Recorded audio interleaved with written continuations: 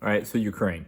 I've made a few videos on this and deleted them and put stuff back, but I'm going to try to put this as concisely and coherently as I can. This is why I think that there are benefits to the United States of America and most of the world, even perhaps they don't know it. I make this also because of some of the stuff I see, how people respond. Of course, the media. I wish everybody would cut their televisions off and stop watching anything, because it's complete manipulation of your brain, of what the truth is in many aspects. I've seen some people, one of them that I know, a young Marine, who's posted a picture of Zelensky, right, with his vest on. That, you know, here's the president who's standing strong and going to fight with his people. Maybe the guy is. Maybe he is. But that photo is not a real photo. It's a real photo, but from years ago. It's not now. It's not the dude standing out there like he's fighting now. Absolutely not. And who knows if he really is still there. That's the God's honest truth.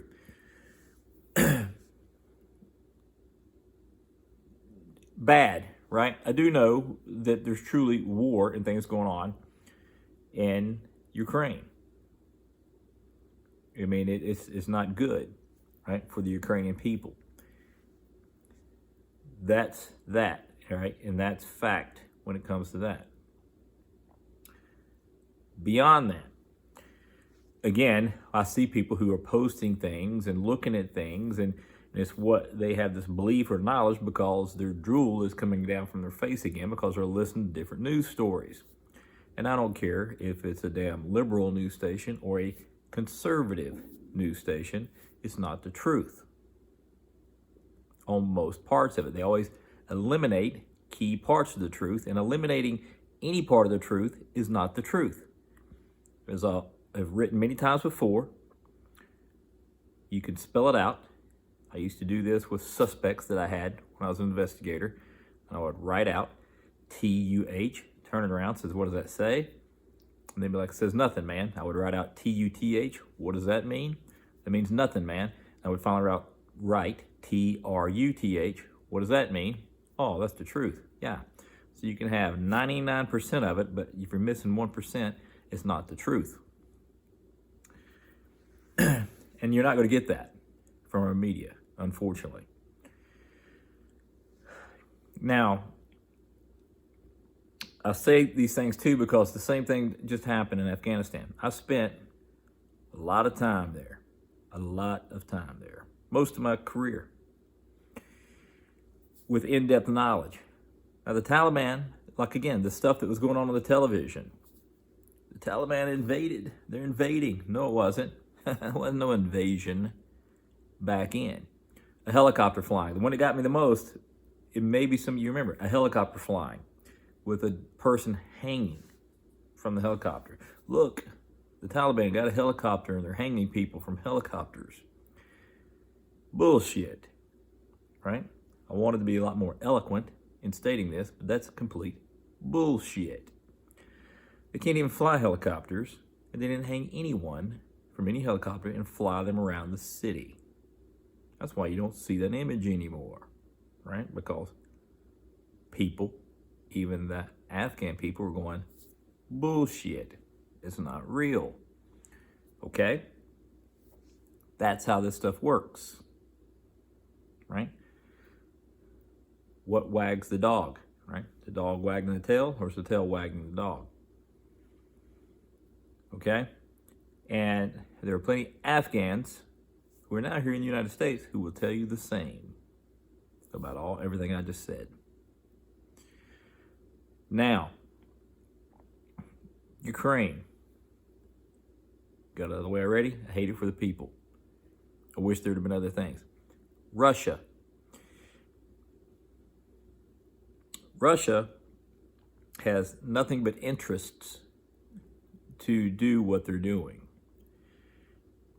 Once again, I'm not going to give you a history lesson. You can look it up. However, it's probably being rewritten to what you can find online as we speak, because that's also the way this stuff works. Ukraine was nothing. There was Ottoman Empire, and then there was Russia. Let's see, Poland. Who had all that parts, and then went through the 1700s on up. Because Ukraine's not even 400 years old yet. Not even 400 years old. Far from it. And then Russia occupied that part of the land.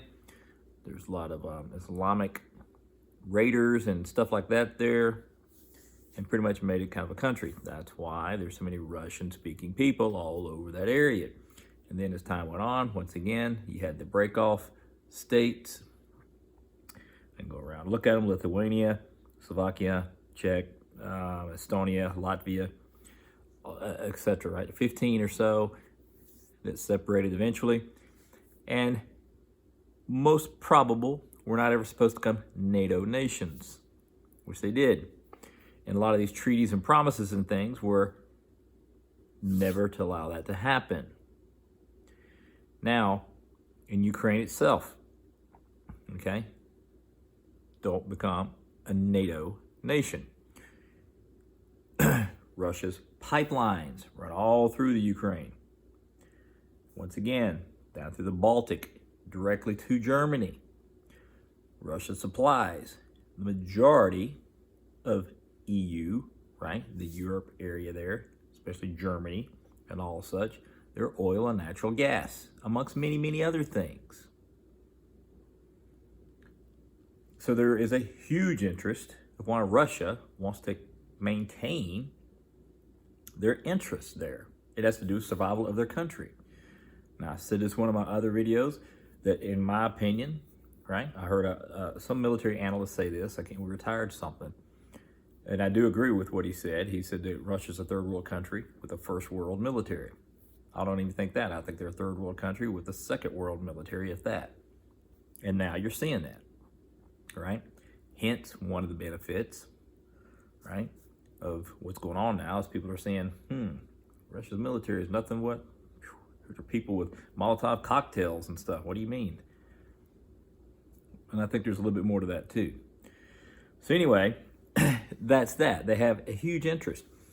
And once again, you have to remember that if promises and things were made, treaties, agreements, all such, to not do something, and it keeps getting pushed that way, then what would you do as a country? What would you do? You have to step back, right, and elevate yourself a little bit. Raise up and look down at the bigger picture of the world and what goes on. You look at your family right now. Then outside, you look at your house. You might put a fence around your yard, right, to protect or to maintain or to keep certain things. You might live in a neighborhood. It's a gated neighborhood, or there's certain rules in your neighborhood, or you live far away, so nobody will messes with you, but you still kind of know what's around you. And then you live in a certain area for a certain reason, a certain city, state, blah, blah, blah, right? That continues on, and that's the big world picture with this stuff. Strategic interest, business, money. Now, Ukraine has a history of extreme corruption. Now, I'll butcher the words, the pronunciation of them, I know, as always. That's why I'm looking at it, to make sure I don't butcher it. But many of their presidents, right? Yanukovych, there was many frustrations with the deal, and this was, I don't know, a dozen years ago or so, with negotiations with the EU and back and forth between Russia and EU and etc. Right? Do this, do this, do this. EU, give us all this. Russia, nope, our interests are still this way, right? We still lean this towards this and these aspects. Poroshenko, right? He was pro-Russian in a large way. So much of these things, right? You have these pro-Russian presidents, right, in the Ukraine, and even after they were told to demilitarize and remove their nuclear arsenal away and maintain that, stay away from NATO. Now, NATO was pushed again, being shoved down Ukraine's throat. And the big picture, the big power people, well, it's always, there's puppet presidents. Imagine that, United States. There's puppet presidents. And so these puppet presidents are put in there, and they're put in there, lean our way. Lean our way. Right? Don't lean their way, lean our way. What would you do? Right? What do you think the United States would do over these situations? Sit back and just let it happen? And let your country, negate all the treaties and such that were done? Negotiations were trying to be done, and there was a huge failure. And again, you have many of those people who were just Germany, right, and many other the EU, going, oh, well, yeah, do this, but don't do this because we get all our stuff from you, right? All our oil and our power, and we need that. So we're only going to do these certain things. Again, remember the different pipelines. Sanction this, but not that one. Falling back on their own words, right, and their own actions. Now, I am going to say this because it's even on the older sites from the embassy, the United States Embassy in Ukraine, about the biological programs that are there, bioweapon programs, and which were paid for, right?